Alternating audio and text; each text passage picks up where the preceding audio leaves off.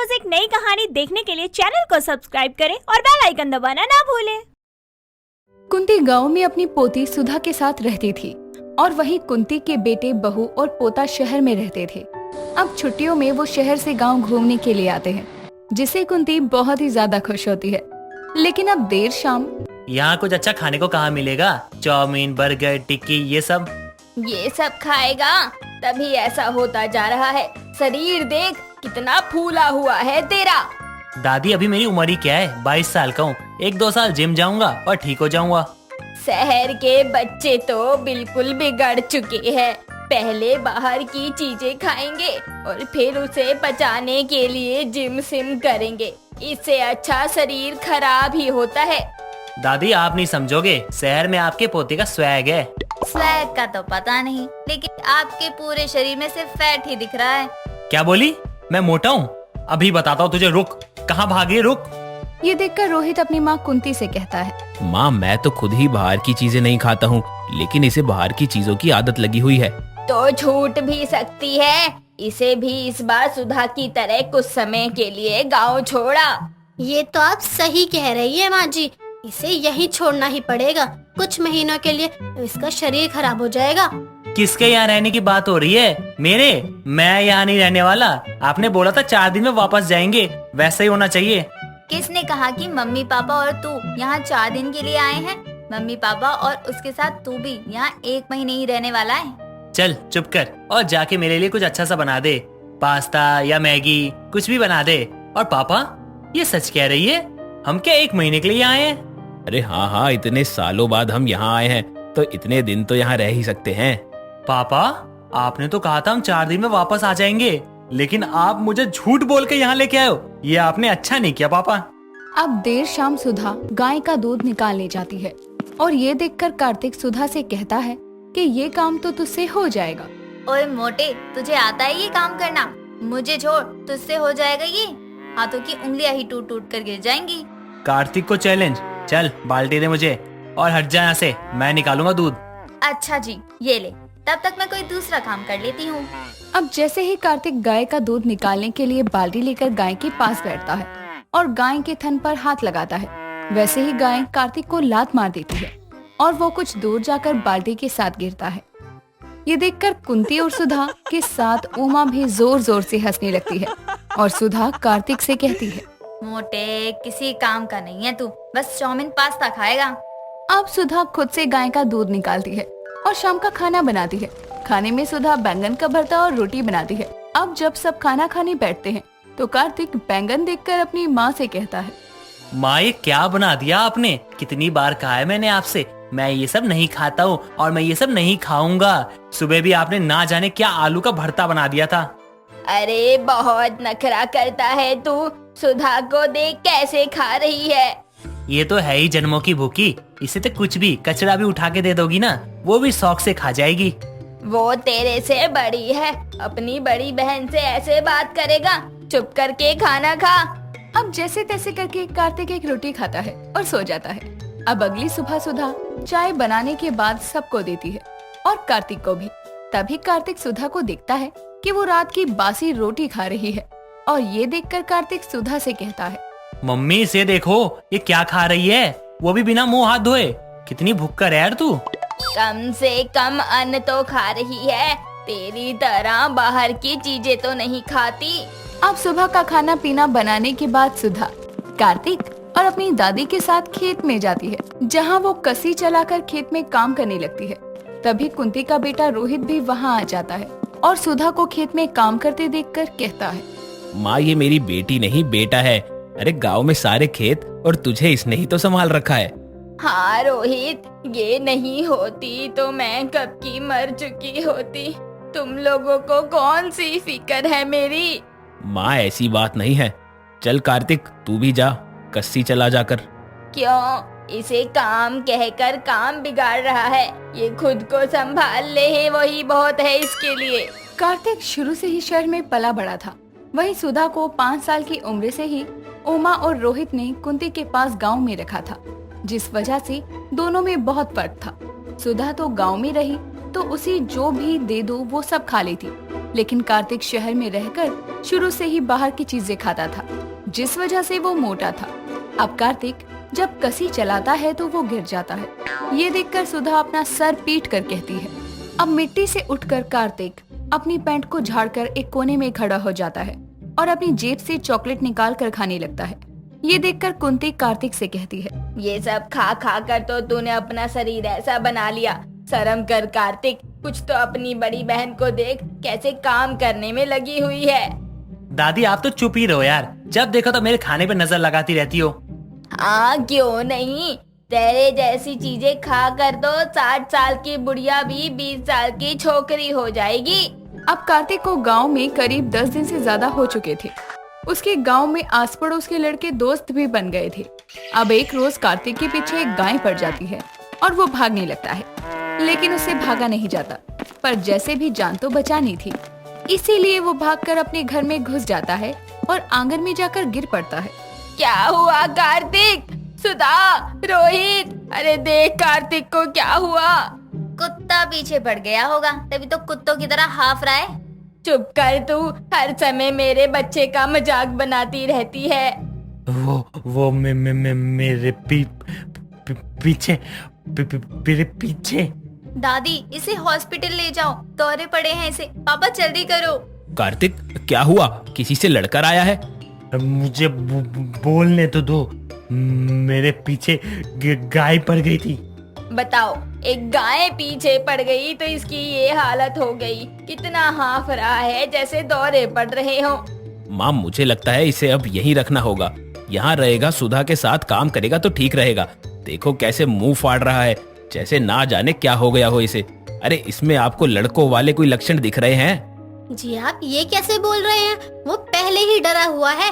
अब देर रात करीब 2 बजे अचानक से कार्तिक उठकर चिल्लाने लगता है और कार्तिक के चिल्लाने की आवाज से घर में सब उठ जाते हैं। मेरे पेट में बहुत दर्द हो रहा है माँ, दादी आया मर गया रे।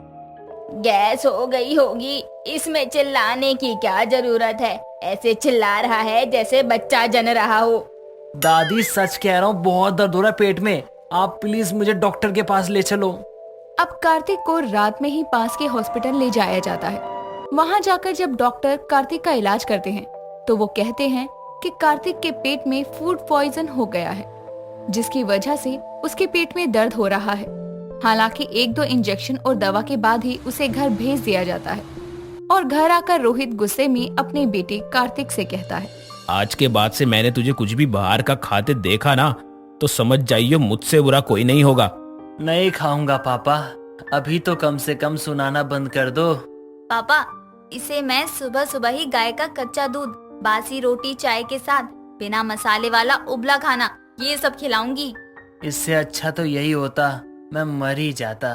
भगवान भी ना जाने कैसे कैसे दिन दिखा रहा है। खाता पीता खुद है, लेकिन भगवान को दोष देता है।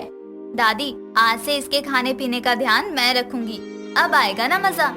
दादी देख लो, इस पे तो मुझे थोड़ा भी भरोसा नहीं है, कहीं ये मेरे खाने में जहर ना मिला दे। चुप कर, अपनी बहन पर लांछन लगा रहा है। अब कार्तिक की तबीयत खराब होने के बाद से ही वो सादा खाना खाने लगा था। हालांकि शहर और गांव के खाने में बहुत ज्यादा फर्क होता है।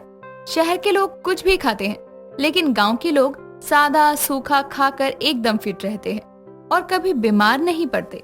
रात का समय था, चारों तरफ घना अंधेरा और ठंडी ठंडी हवाएं चल रही थी।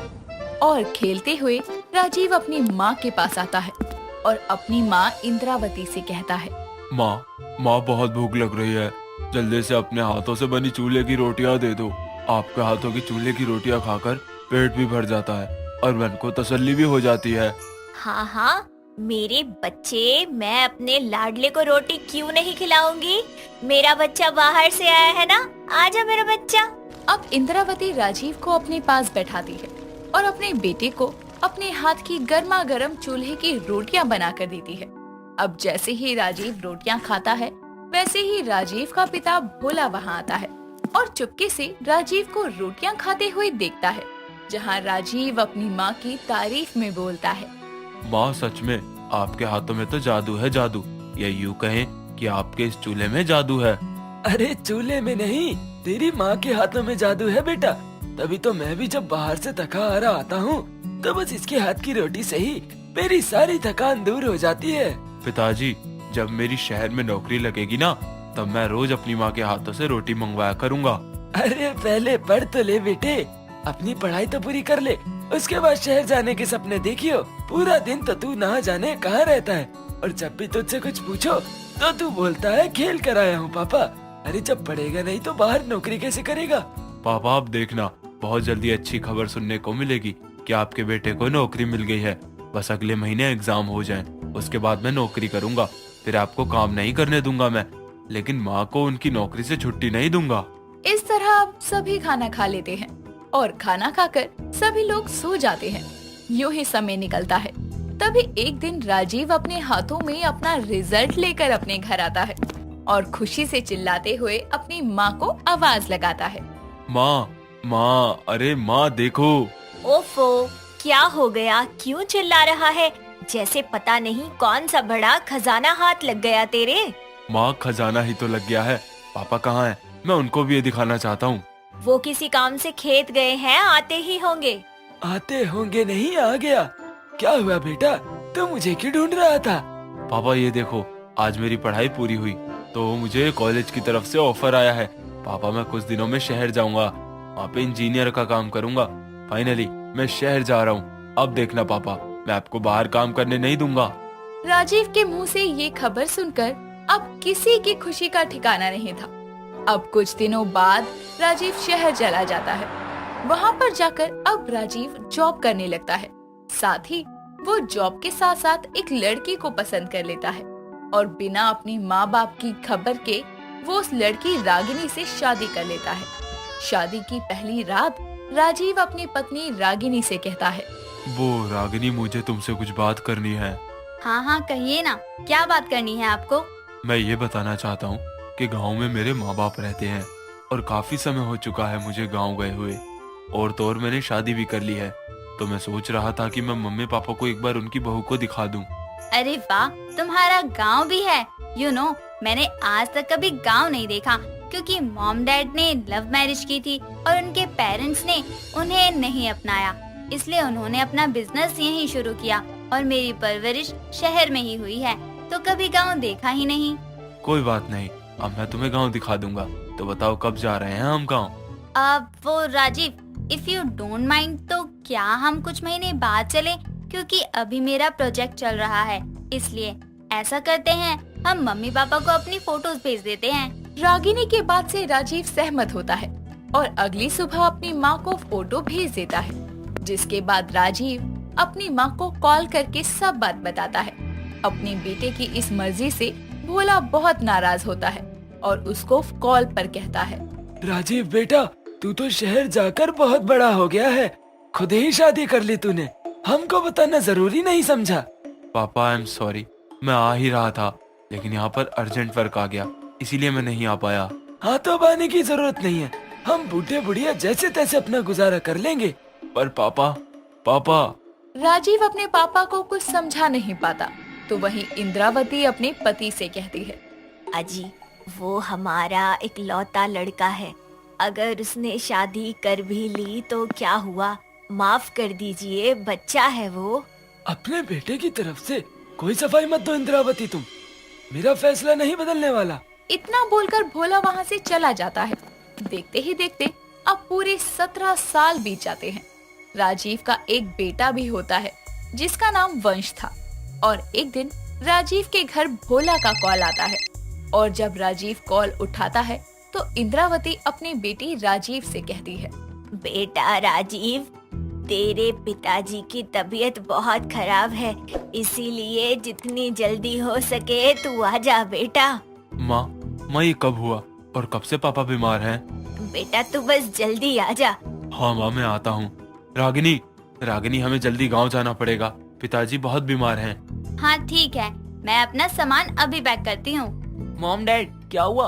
आप लोग इतना परेशान क्यों हैं? तुम्हारे दादाजी बीमार है और हमें गांव निकलना पड़ेगा। क्या मॉम, अब हम लोगों को गांव जाना होगा? अरे आपको पता है ना गांव का हाल। बेटा तुम गांव गए ही कब हो जो इस तरह बोल रहे हो, और तुम अपनी माँ को ऐसे क्यों बोल रहे हो? उसने तो खुद आज तक गाँव नहीं देखा है। डैड, मैं गांव को कुछ नहीं बोल रहा, बस मैं ये कहना चाहता हूँ कि गांव में मर्ड होते हैं, जगह जगह होल होते हैं, मिट्टी होती है। जितना मैंने सुना है उसके लिए ये सब एनफ है। रागिनी, तुम अपने बेटे को समझाओगी या मैं समझाने पर आऊँ? मैं समझाती हूँ राजीव, तुम गुस्सा मत करो। अब क्या था, रागिनी वंश को सब कुछ बता देती है कि राजीव के पेरेंट्स ने राजीव को कैसे अलग कर दिया था। ये सुनकर अब वंश गांव जाने को रेडी हो जाता है और शाम होते ही सब राजीव के गांव चले जाते हैं और राजीव देखता है कि उसके पिता अपनी झोपड़ी के बाहर खाट पर लेटे हैं और उसकी माँ चूल्हे से रोटियां बना रही है। गांव की हरियाली और मिट्टी की महक रागिनी और वंश का मन मोह लेती है और इन सब को मद्देनजर रखते हुए वंश कहता है, अम्मा, क्या आप मेरी दादी हैं? अरे ये मेरा पोता है क्या?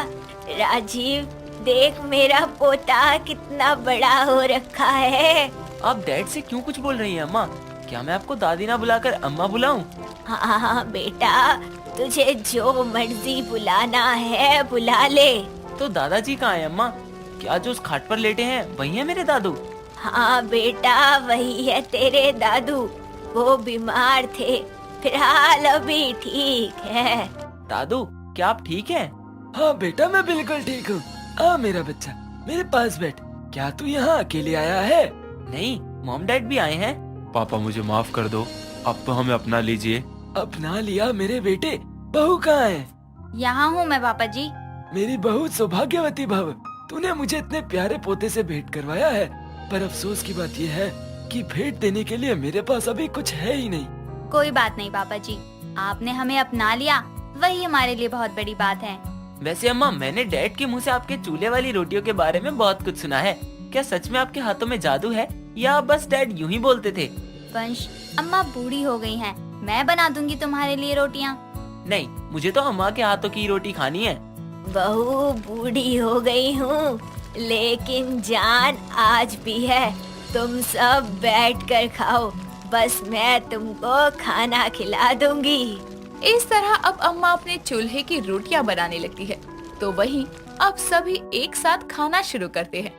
और जैसे ही अब वंश अपनी अम्मा के हाथों की रोटियां खाना शुरू करता है, वैसे ही वंश अपनी अम्मा को कहता है, वाह अम्मा जी, आपके हाथों की रोटियां तो सच में बहुत अच्छी बनी है। आप कैसे बनाती हैं ये रोटियां? और सबसे बड़ी बात ये है कि जब आप इतनी अच्छी रोटियां बनाती हैं, तो खुद का बिजनेस क्यों नहीं ओपन कर लेती हैं आप? क्या बेटा, बिजनेस क्या होता है मुझे नहीं पता।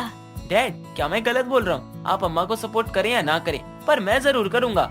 इतना बोलकर अब वंश खुद की दादी के लिए एक रेस्टोरेंट खोलता है और उस रेस्टोरेंट का नाम अम्मा की चूल्हे वाली रोटी रेस्टोरेंट रखता है।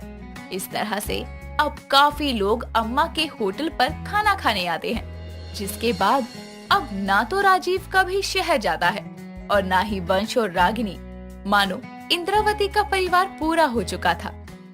दोस्तों, अगर आपको ये कहानी पसंद आई तो इसे लाइक करें, शेयर करें और कमेंट करके बताएं कि कहानी में आपको सबसे अच्छा क्या लगा।